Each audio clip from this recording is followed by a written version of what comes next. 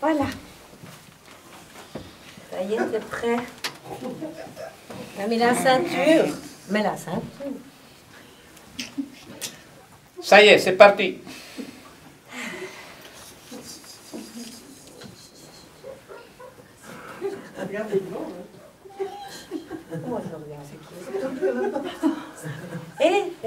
Arrête-toi, il y a un autostoppeur. Bonjour. Bonjour. Ça va? Ouais, ça va, ça va. Où allez-vous? Vous voyez au loin la croix, là-bas, c'est là que je vais. Qu'est-ce que vous êtes naïf? C'est un vrai conte de fées, cette histoire. Et de toute façon, je ne vais pas par là.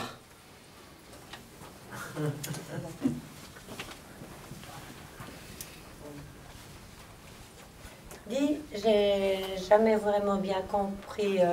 Quel est ton chemin à toi? Oh, bof, je sais pas.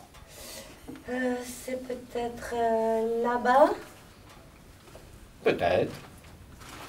Demain? Demain, non. Où? Oh, bof, je sais pas encore. Ici? On est ici. On verra. Peut-être. Non. Partout? Non, non, non, non. Quel chemin? Ah, je ne sais pas. Nulle part? Qu'est-ce que tu peux m'embêter avec ces questions?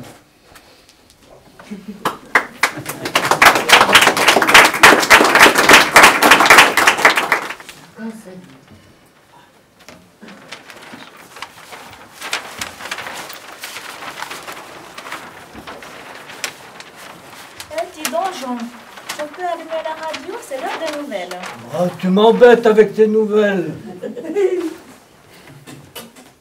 Ah, vas-y, Tata, puisque ça te fait plaisir. Merci. Première estimation. Des milliers de personnes ont dû quitter leur logement et manquent d'eau potable. Les cultures sont dévastées. On craint une famine pour la prochaine saison et une recrudescence des maladies. En Suisse, le Bureau fédéral de l'emploi vient d'annoncer les derniers chiffres du chômage et il apparaît que celui-ci est en nette augmentation. Tu entends ça, les pauvres? Mais c'est pas grave, bof. Tu sais, ça nous concerne pas. C'est loin.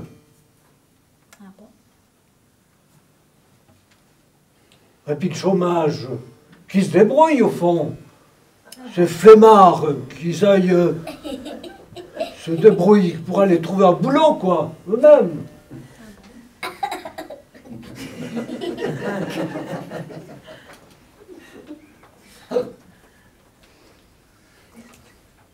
Ah, puis cette radio m'énerve, tu sais, ces catastrophes ne conviennent pas. Je l'éteins.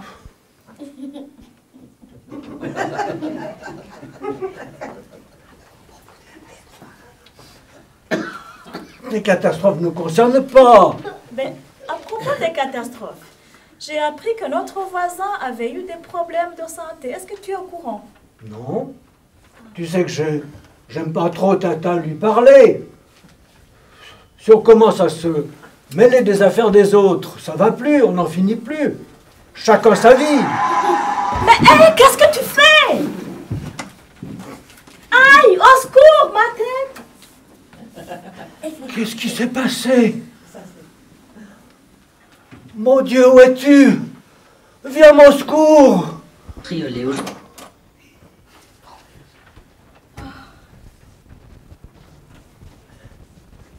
Eh bien, eh bien. Enfin, tu penses à me parler alors que j'ai toujours été là. Tu n'avais jamais rien à me dire avant cela? Et maintenant, tu as besoin d'aide, c'est vrai. Et je veux t'en donner. Mais je n'ai que les mains des êtres humains pour te l'apporter. Alors, qui sera attentif à toi? Bravo. Bravo.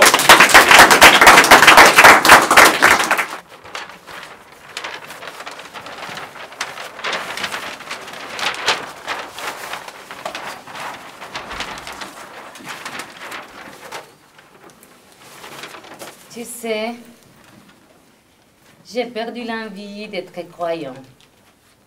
Il y a trop de chrétiens qui m'ont déçu. Et ils ne sont pas meilleurs que les autres. Ah bon, tu trouves? Ben oui, ils ne sont pas meilleurs que les autres. Ils essaient de se donner bonne conscience en allant à l'église. Mais à côté, ils critiquent leurs voisins.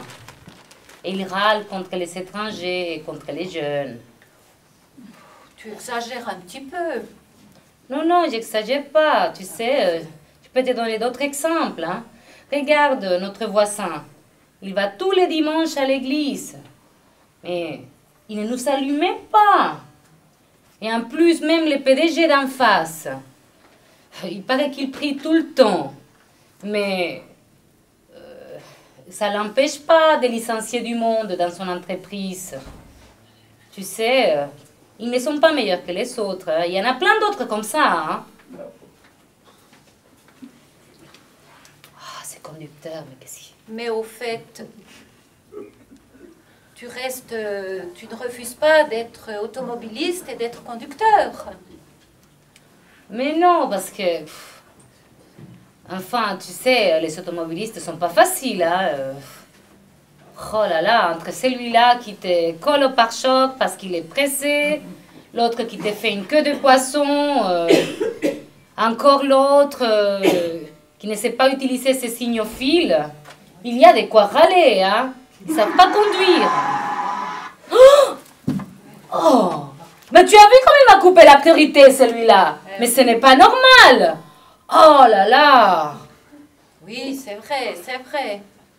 C'est vrai qu'il y a des automobilistes, des chauffards qui roulent pas bien, quoi. Mais enfin, tu restes quand même conducteur. Alors, ce que je ne comprends pas, c'est que malgré tous ces chauffards et ces gens qui conduisent mal, tu restes conducteur. Et des gens les chrétiens qui vivent mal, et tu ne veux pas être croyant. Bravo!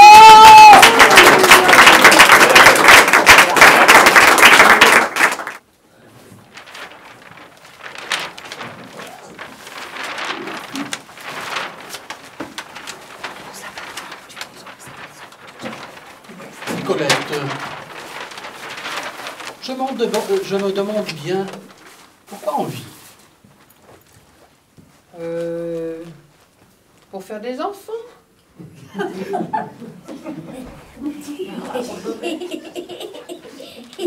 Ah. Et les enfants, ils vivent pourquoi alors? Mais enfin, pour la même chose, voyons, Adalbert.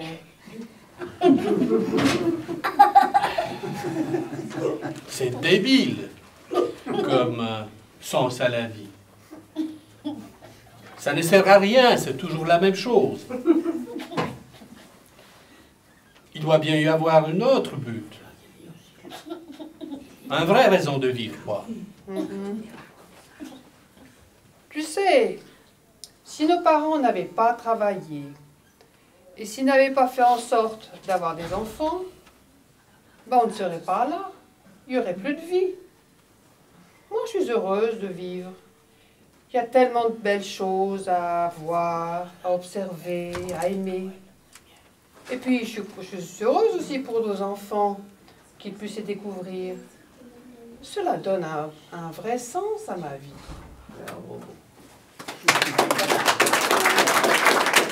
Nous vous avons distribué des feuilles et nous avons essayé de vous les donner dans votre langue maternelle. Parce que dans ce quartier, il y a plus de 50 nationalités différentes. Et au fond, à tous, Dieu nous adresse une parole dans notre langue, dans notre réalité, dans ce que nous sommes et ce que nous essayons de vivre. Alors ce que nous vous invitons à faire maintenant, c'est à lire ces paroles que nous avons choisies parmi des milliers d'autres, et par rapport à ce que vous êtes en train de vivre maintenant, de choisir un verset qui vous parle maintenant dans votre réalité. Alors je vous laisse un moment pour lire ces versets et puis pour en choisir un.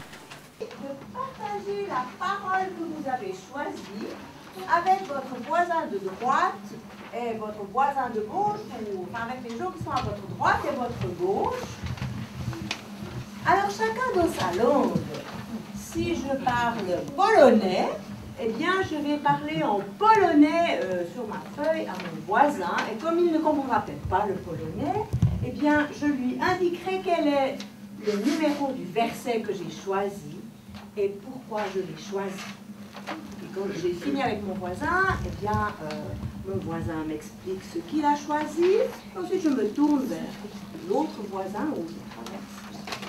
Comme ça, où je me retourne, hein, suivant où je suis, et je communique aussi avec les gens qui sont à mon côté. Alors on le fait tous ensemble, ça fait un grand brouhaha, mais qu'importe, parce que ceux avec qui je partage entendent ce que je leur dis. C'est le principal.